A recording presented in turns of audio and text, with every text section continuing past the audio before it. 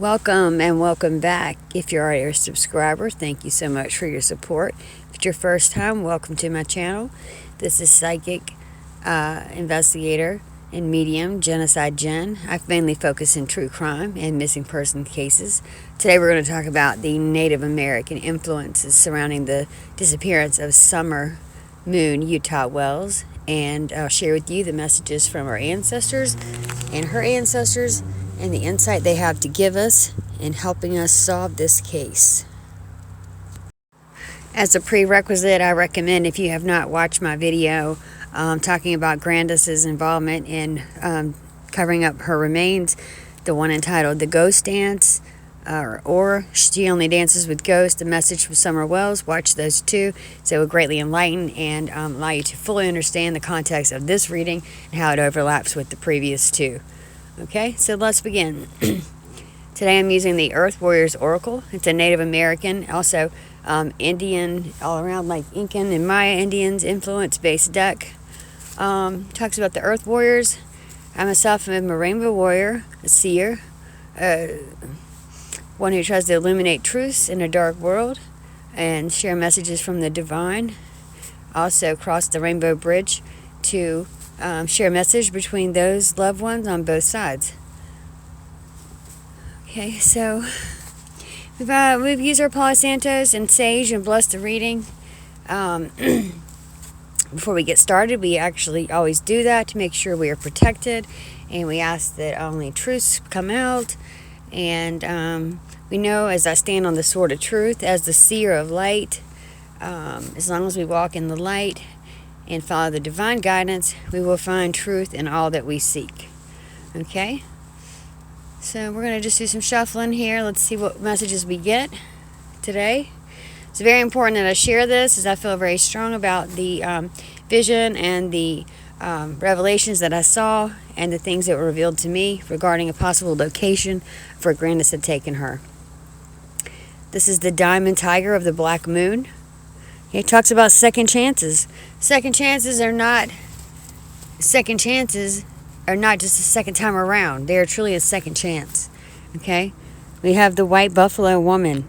This is the one who embodies all the passions of what is sacred, especially regarding Mother Earth and her revelations.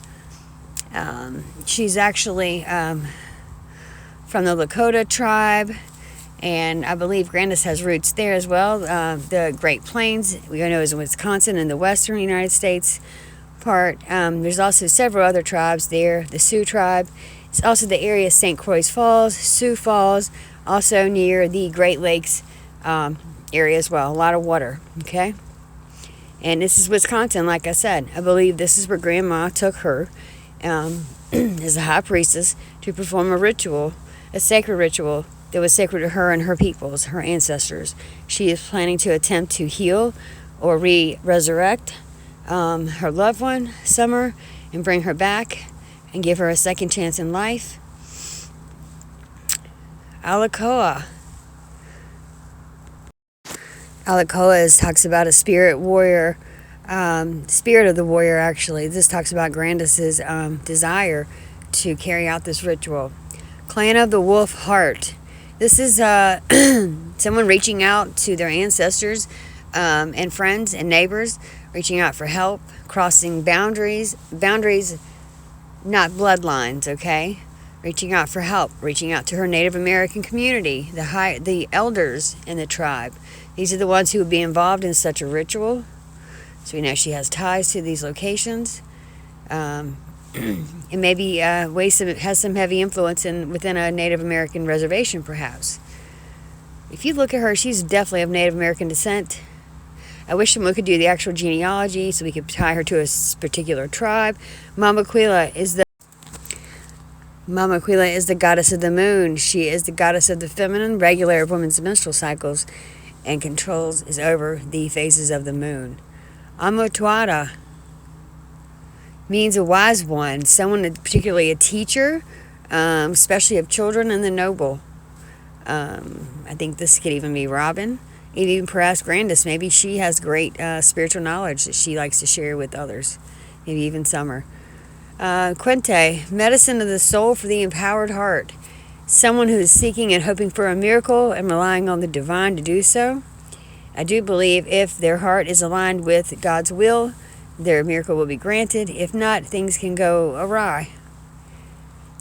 You cannot have a seed of doubt or waver in your faith or an ounce of darkness in your heart.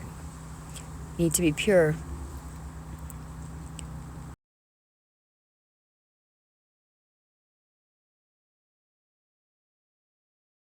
Inti Kahana, child of the light, divine child. We know this talks about summer moon. That's the querent. That's who we're searching for. I'm not going to even try to pronounce this. This is guardian of Pachumacano, someone who's protector of Mother Earth, closely worships Gaia. Alright guys, final thoughts on the case in this reading. Like I said, if you guys need to check out the ghost dance, look that up, get yourself educated on what that is, see how it applies to the Indians of the great of the Southwest Plains. Also, Grandma's roots, where she comes from. To mention where Rosemary Bly, went missing as well, and was her last residence. I do believe she went, as the native people say, going to water, means going in search of healing, rebirth, purification, and in this case, I believe resurrecting Summer Wells. That was her attempt. So if you guys have any information leading to the whereabouts or information on help us find the perpetrators that caused Summer Wells' disappearance, call 1-800-TBI-FIND. If you've made it this far, thanks for stopping by. And don't forget to like, share, and subscribe. Anyone out there, other readers, feel free to let me know. Or if you guys in the comments have picked up any Native American vibes with this case, please share your thoughts. And you already know, I love y'all. All y'all, my peoples.